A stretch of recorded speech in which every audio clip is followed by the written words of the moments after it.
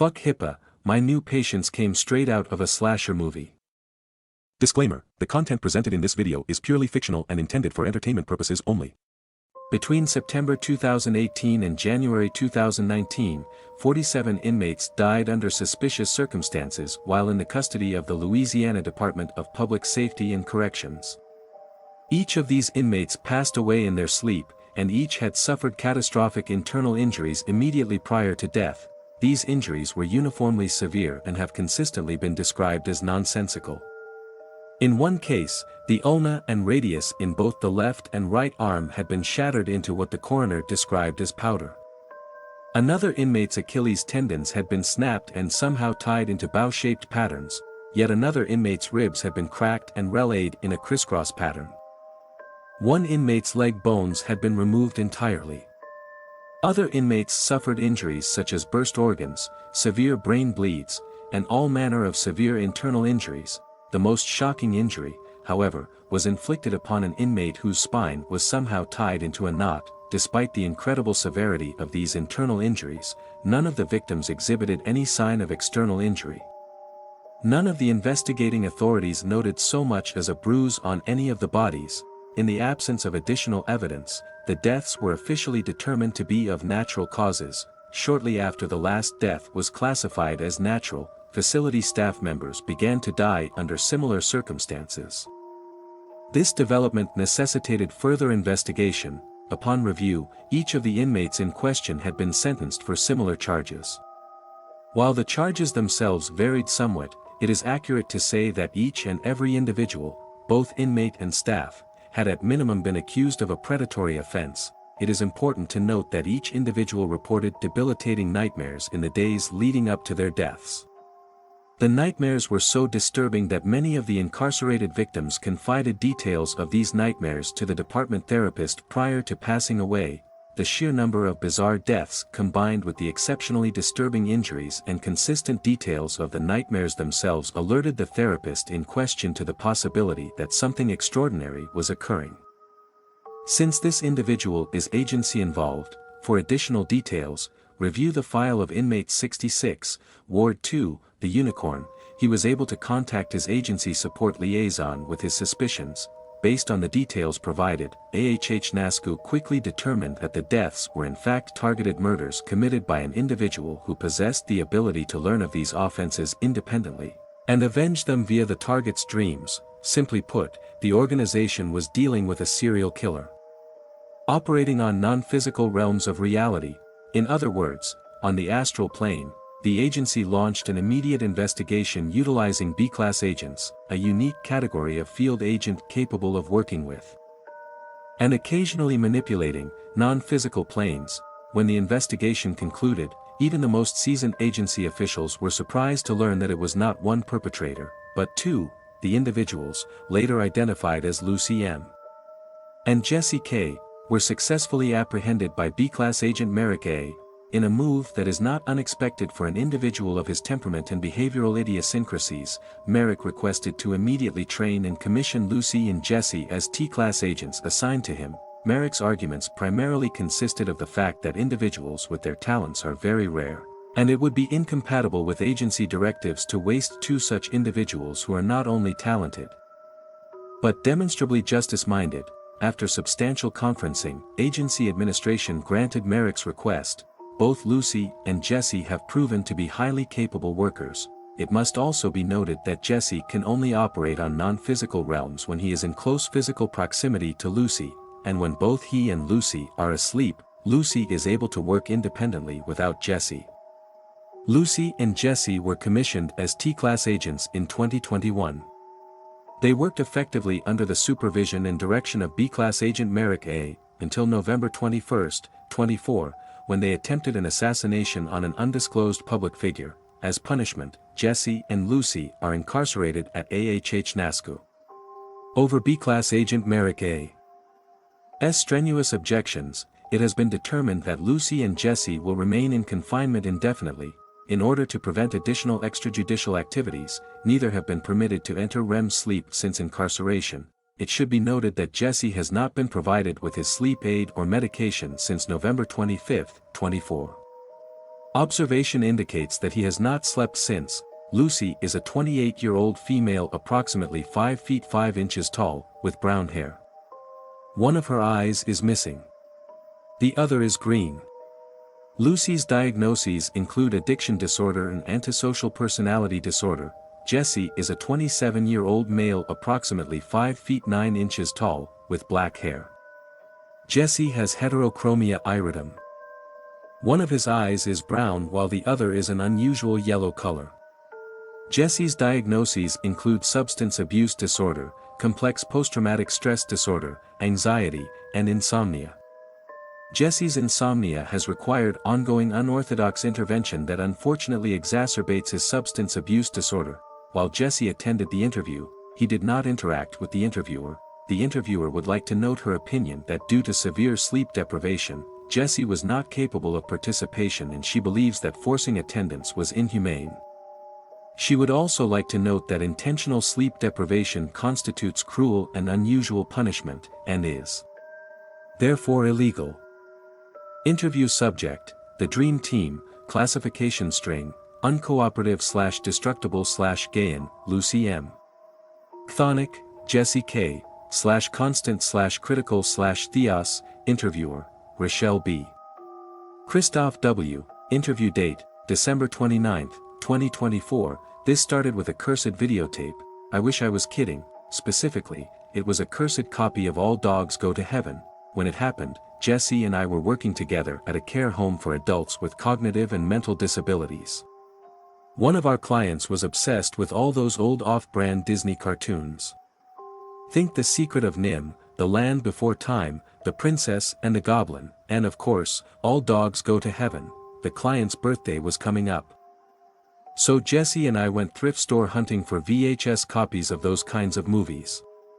We watched all the tapes to make sure they still worked, and we did it together because there's nothing quite as depressing as watching kid movies late at night all alone. There's also very little that's quite as fun as watching old kid movies late at night with a friend, so that's what we did. I actually really enjoyed it. I'd grown up on those kinds of movies. I loved them. Funnily enough, All Dogs Go to Heaven had been my favorite animated movie of all time, so Jesse and I watched it together after work one night. He fell asleep halfway through, right there on my couch. I didn't wake him up. We were both overworked. But he was even more overworked than me. He was also a caregiver for his grandfather. The guy couldn't catch a break. He worked on the clock and off it, non-stop. That was fine. I finished the movie by myself and let him sleep. I've seen that movie probably 2,000 times. I could recite it the way other people recite the Lord's Prayer. So trust me when I say the movie was perfectly normal.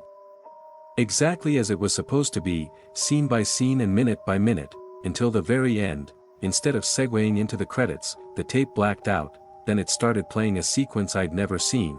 So that client I told you about? The one we bought the tapes for in the first place. The scene was about her. It showed her as a very small child playing happily in her room. Don't get me wrong, this wasn't a recording. It wasn't live action. It wasn't like someone had accidentally taped over the VHS, it was still a cartoon. An animated scene rendered in the exact style and color palette as the movie itself, and in this colorful, beautifully rendered cartoon scene, something terrible was done to my client by someone I didn't know.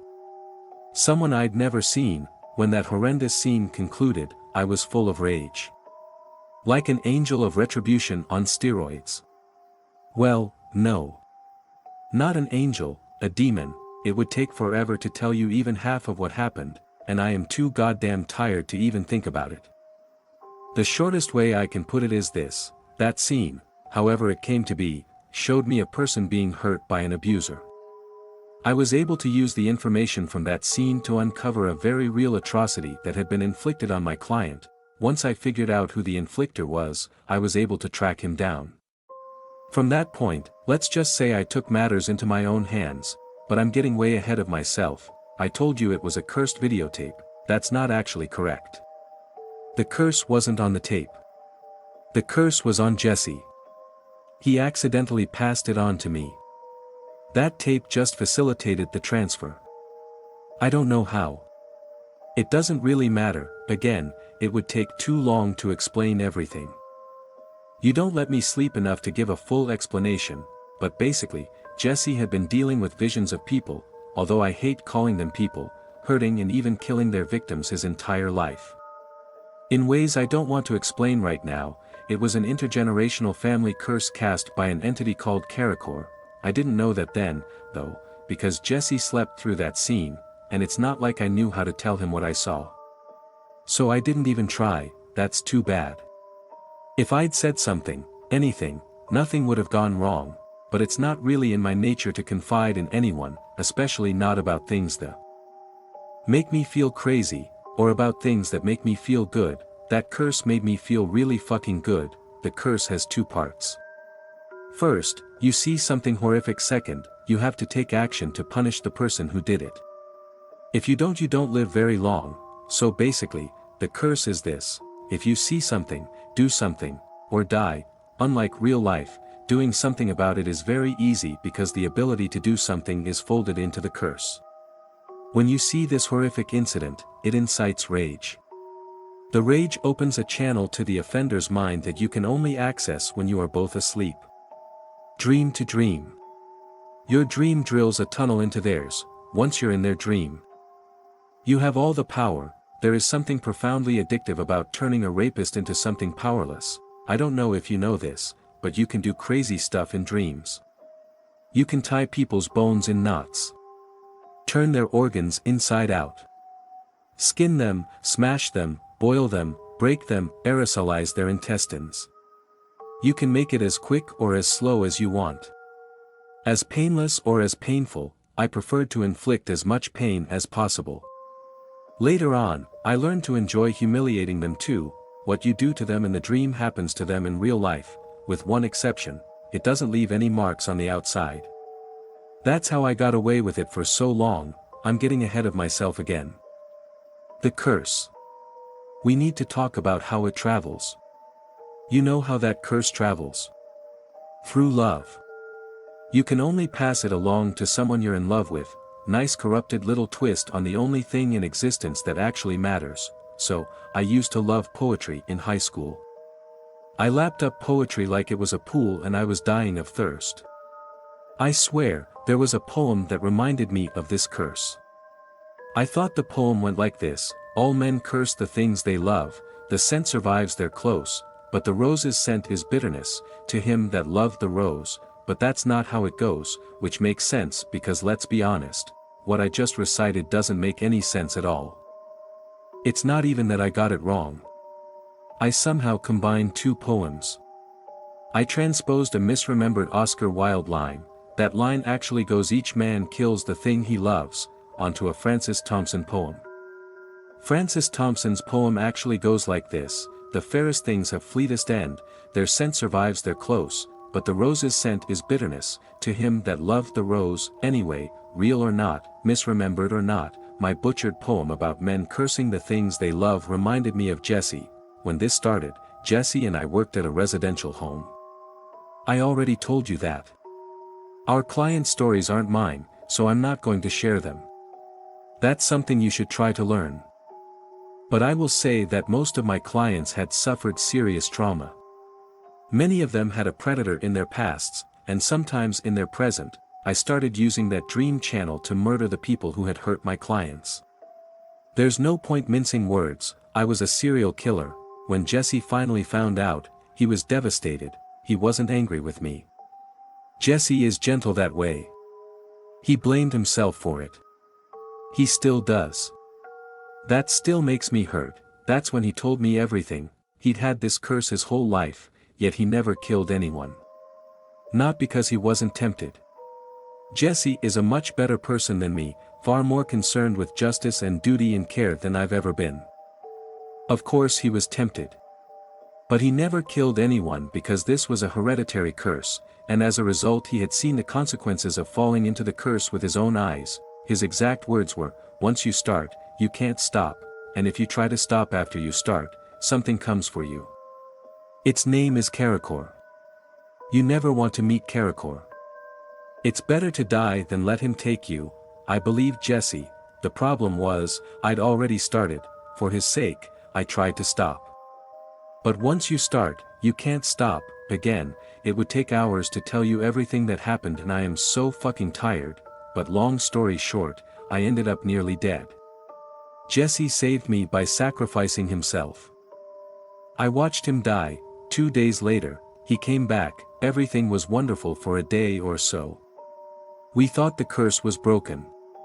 That we were both free, and could live normally. About 3 days after he came back, I noticed that Jesse hadn't slept at all. Soon, we both realized he couldn't sleep at all. When you can't sleep, when you can't even have micronaps, you start to fall apart really fast. Jesse started to fall apart. He fell apart to the point where he started to die again. It was because of Karakor. Jesse is the only person I love. I was desperate. I'll spare you the long story and give you the shortest version possible. I found Karakor. My plan was to trade myself for Jesse. I had no idea how it would work, but I assumed it would suit. A life for a life, right? But it didn't go according to plan. In fact, nothing I expected happened. What actually happened was insane. Karakor pulled out one of my eyes and ate it. Then he pulled out one of his eyes, it looked like a star, just like the North Star, and put that star inside my eye socket. Then he lumbered away into the darkness without so much as a word. The last thing I saw were his horns, great twin shadows staining the night sky. I went home, defeated. Only when I got there, Jesse was asleep. Even though I'd lost an eye, I was okay with that. What I wasn't okay with were his eyes. Jesse had the most beautiful dark eyes. The kind of eyes you can drown in. When I returned from my meeting with Karakor, one of his eyes was still dark and beautiful as ever, but the other was bright and gold as a polished coin. I thought that was the end. Only nothing is ever the end. Not for us. Within a week, Jesse had stopped sleeping. A couple of days after that, he was falling apart again. Dying from lack of sleep. One of my least favorite things about life is you are always engaged in negotiations, even if you don't know what you're negotiating for. Even if you don't understand the negotiations. Even if you don't realize you're negotiating, you are. Every minute of every day. And when Karakor took my eye and gave me his and made it so Jesse could sleep again. He wasn't giving me a gift. He was negotiating. By exchanging his eye for mine, I'd agreed to negotiations. My side of the bargain I had no idea I'd struck was to continue murdering people in their dreams in exchange for Jesse's continued health. By the time I finally figured that out, Jesse was almost dead. But he was still awake and aware enough to cry when I slipped into my cursed death sleep. When I surfaced after committing yet another murder, he was still crying, but otherwise, he was healthy. More importantly, he slept that night. Karakor came to me in dreams after that. Every time he appeared in my dreams, he gave me a target. Showed me visions that gave me everything I needed to locate and kill my victim. This was a problem for me. See, Karakor was not as discerning as I was. I'm a bloodthirsty killer. I'll admit it. A vigilante from hell. But even I have limits. I limit my killing sprees to predators. Karakor did not respect those limits. Not at all, so I reopened negotiations. The results were I got to pick who I killed, but Jesse had to join me. You have to understand that Karakor has always wanted Jesse. At great cost to himself, Jesse denied Karakor his entire life. I undid his denial. Took away his agency. His consent, but I didn't do it because I wanted to. I did it out of love. That's not an excuse. It's not a defense. It's just a fact. I did it because I love Jesse. I did it for Jesse. Jesse will do and has done everything for me. He's done things I asked for and things I haven't, all for love. He never resented any of it, but he resented this. He resents it so much that I think he wishes he never loved me, but I had no choice. It was do or die. That's the curse. See something, do something, and now both our lives depended on Jesse doing something. It was something he had refused to do his whole life up until that point, but refusal was no longer an option. If he refused, we both died. He knew it. Even if he stopped loving me, even if he hated me, I don't think Jesse would ever want me to die, so he became a dream killer too. Not because he wanted to, but just because he loved me. I got a job booking inmates into a big regional jail. Ironic, I know, and that made it very easy to find targets. Once I was on top of that, the records for past offenders were perfectly accessible, and after that, specifically after seeing the abuses perpetuated on inmates who deserved it and many more who didn't, it was only a matter of time before Jesse and I started going after the guards. By that time, I could fully control my dreams and direct the creation of the dream channels. I could travel. I could bring Jesse with me. I could see things, secrets and hidden actions and forgotten memories, that no one without my abilities would ever see. I uncovered terrible things that have been buried and concealed. I saw things that have never seen the light, unless you count the light of my starry eye. That's what my eye looks like in the death dreams, a bright and blinding star that sees all, and burns what it finds wanting. Jesse couldn't handle it. He tried. He tried so hard, but he simply could not cope. We're talking breakdowns, anxiety attacks, outbursts, mania, psychosis. Anything and everything you could think of went wrong with him. And it was my fault. All my fault. Because I was traumatizing him. Not because I wanted to, because traumatizing him was the only way to keep him alive. I guess it's not surprising that he eventually refused to sleep. After a particularly and admittedly unnecessarily brutal murder that I take full responsibility for, he promised to never sleep again. To that end, he tried to take his life. I stopped him, but he was in the hospital for days. Meanwhile, Karakor still had his errands for me to run. I was fully capable of running them alone, but that wasn't enough. A solo effort, after all, wasn't our deal. Finally, Karakor came to me in a dream and said if Jesse and I didn't start working together again, and soon, he would start assigning targets again. And I already told you, Karakor's targets tend to violate my own boundaries. When Jesse finally got out of the hospital, he didn't try to kill himself again, thank God, but he still wanted to sleep as little as possible. I didn't support him in this. I mean, how could I? One night, he begged me to just let everything go. To end ourselves together, and move on to whatever comes after. Even if nothing comes after, he said, at least we'll be free, but I couldn't do that. I couldn't lose Jesse, I still can't. I told him that, so in order to keep himself from sleeping, and in doing so, prevent me from utilizing him in my death dreams, he intentionally developed a raging meth addiction. Because he wasn't sleeping, Karakor got to call the shots. He was assigning death errands to me nightly. Making me see all kinds of things. If you see something, do something, right? If you see something without doing something, you die. Only I wasn't allowed to do anything without Jesse, but no matter what Karakor showed me and no matter what I said or did to Jesse, he still wouldn't sleep for more than a few minutes at a time. I was desperate. I couldn't lose Jesse. I can't lose him, so I got heroin. During one of his 5-minute crash naps, I dosed him up, and that was that. I know that's not really like sleeping, but it was close enough. I kept him under for a long time.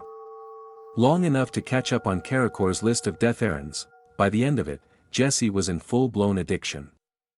I didn't even have to give it to him. He started taking it himself. He was under so often that I went absolutely wild. I have literally lost count of the number of people I've killed. Jesse and I are both addicts, you know. I need to kill these people. I need to know they're never going to hurt anyone again. I need to know their last moments are every bit as humiliating and agonizing as what they inflicted on the people they hurt. Every time I think about it, I smile. Jesse was devastated when he passed his curse on to me, but he shouldn't have been.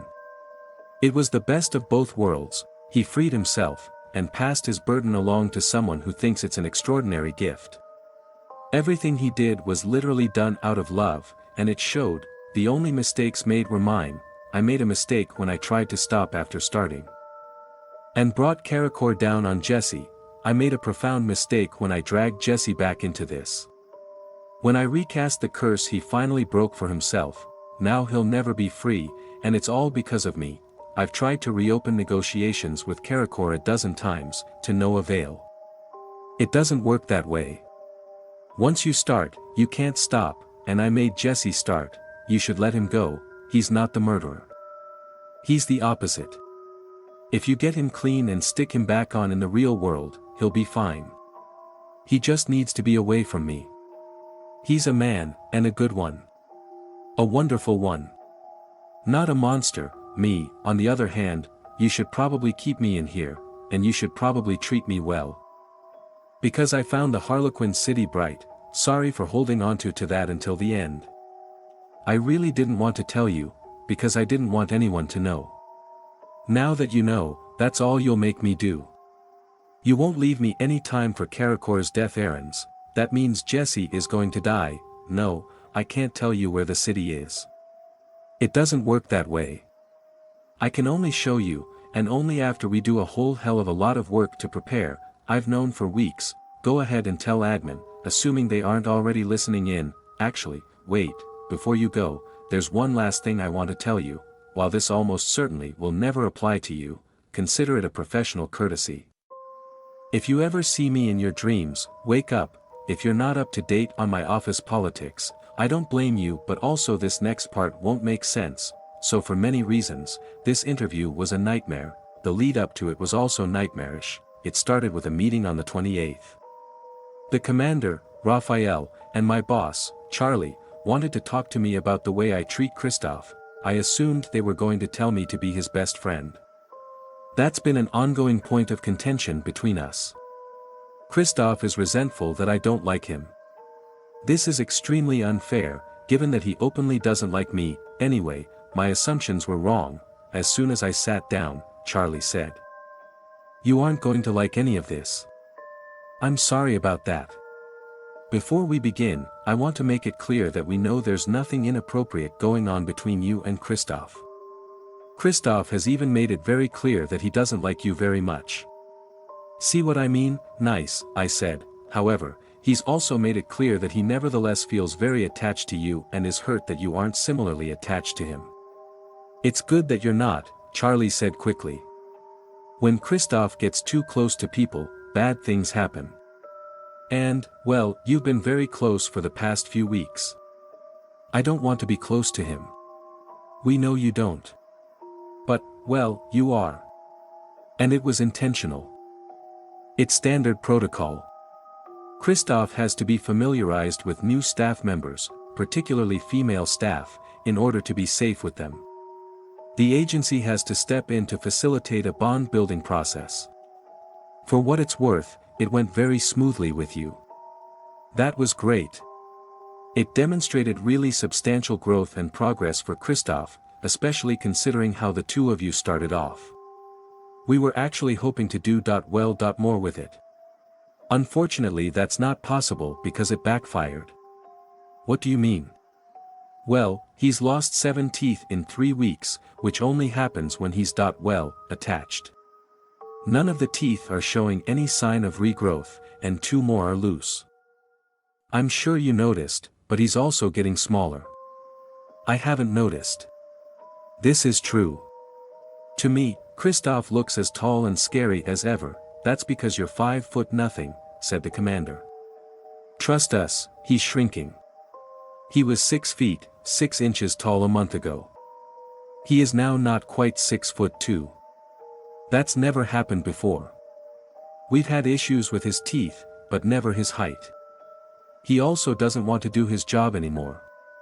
He's been doing his job. He's been with me. That's not his job.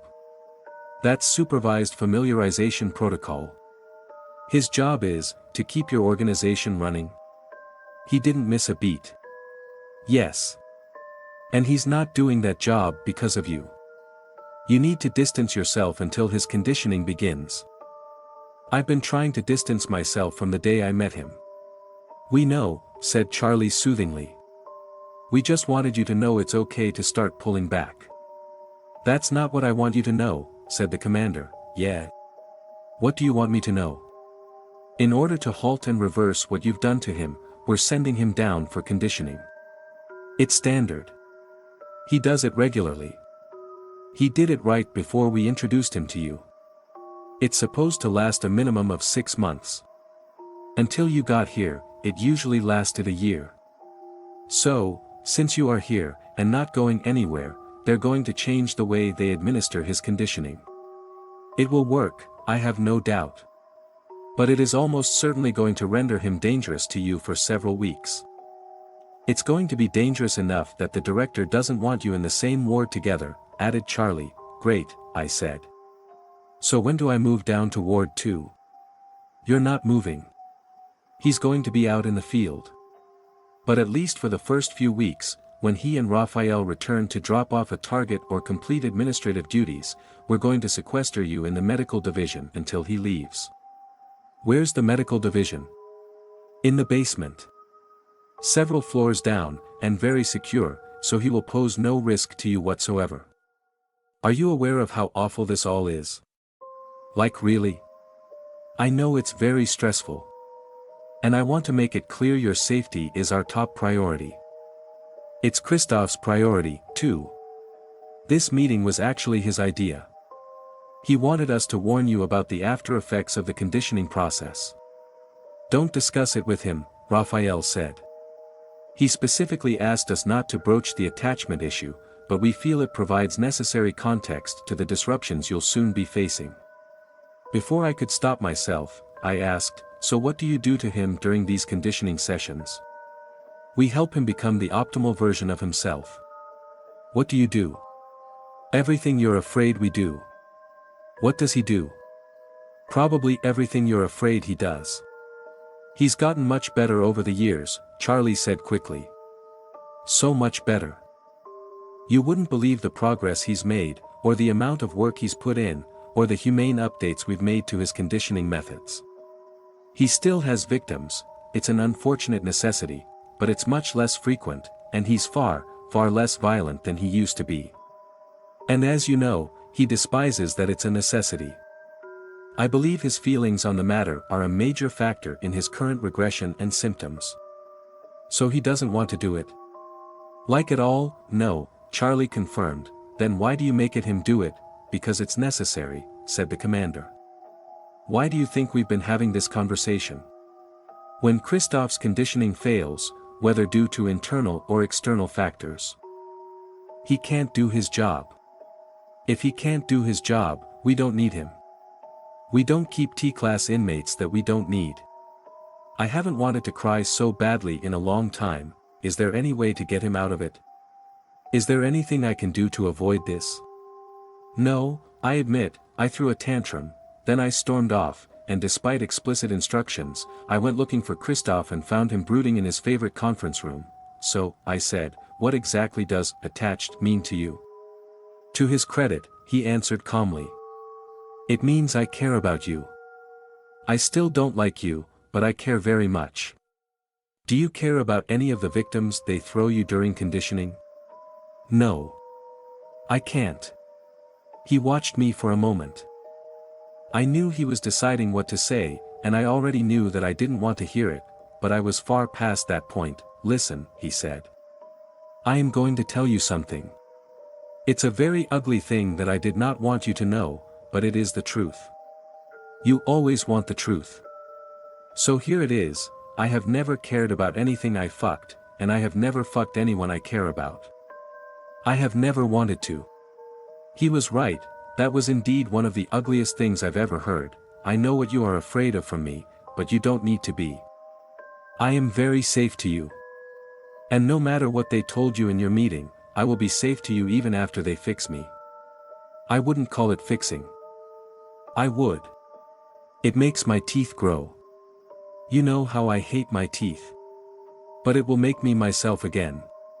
It will make it so I can be out in the field again, working. When you and I cannot work, we are no use. When we are no use, we go to Ward 2 if we are lucky. I am not lucky. Before I could think it through or even wonder how he would interpret the question, I asked, what if they let you work in the Pantheon with me? Would they still need to fix you? They will never let me work permanently in the Pantheon, and they will not let me work with you. Even if they did, you are even now looking at me like you did when we met. I deserve that look from many people, but I do not deserve it from you.